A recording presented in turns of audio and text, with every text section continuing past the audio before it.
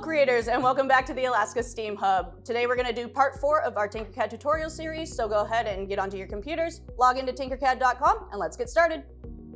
Alright, and let's get back into our Let's Learn Tinkercad page, and we're going to go down to our 4th tutorial, Making and Manipulating Group Objects. Making and Manipulating Grouped Objects.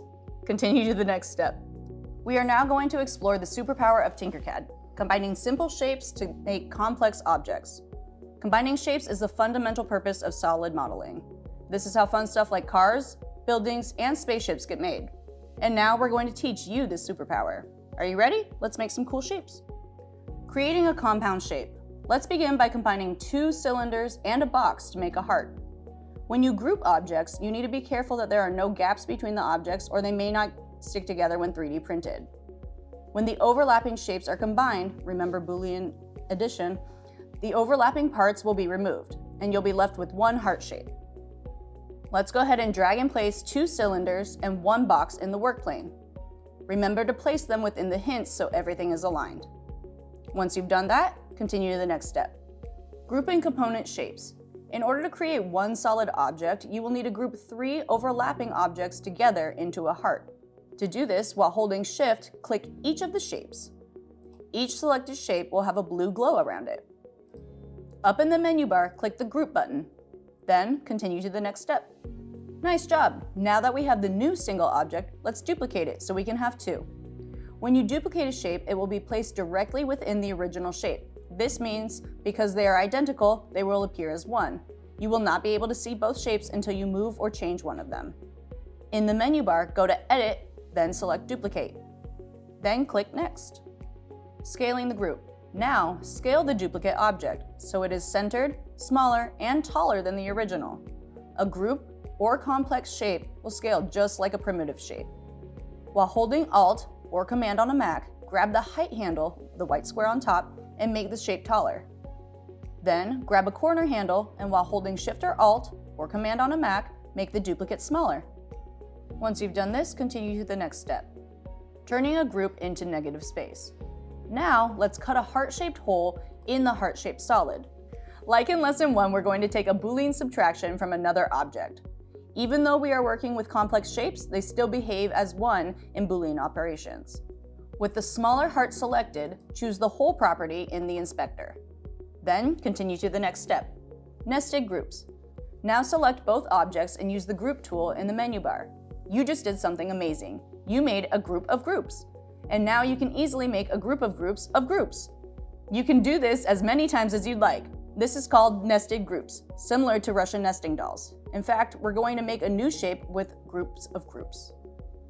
Select the 2 hearts and click the Group button in the menu bar. Then either delete your shape or move it to the side of the work plane so we have room for our next object. Then continue to the next step. Let's test our skills. We're going to practice building another group of groups because it's really important to get used to this idea. Let's practice your awesome skills and build a house. Start by dragging out a box and a triangular roof to the work plane. Put the roof on top of the box, which should be 20 millimeters off the work plane. Double check that your shapes are aligned relative to one another.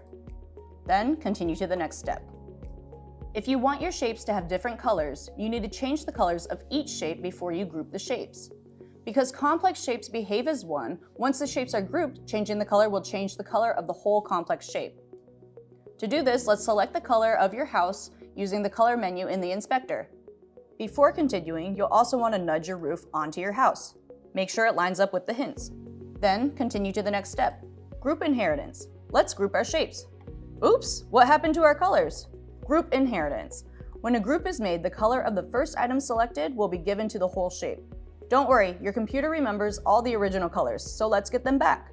Group your objects. Don't worry about the colors, take a deep breath, and let's get them back. Continue to the next step. The color menu in the inspector can change the group to any one color. If you want to make your design more colorful, there's a special setting at the bottom called multicolor. This will restore the group to the colors of the original shapes. Select your group, and then in the color menu in the inspector, select multicolor. Once you're done, continue to the next step. Scaling the group. Our house looks a little small. Let's make it bigger. Just like any other shape, we can use the handles of our complex object to scale a group. Scale the house so it is 50 millimeters along the y-axis.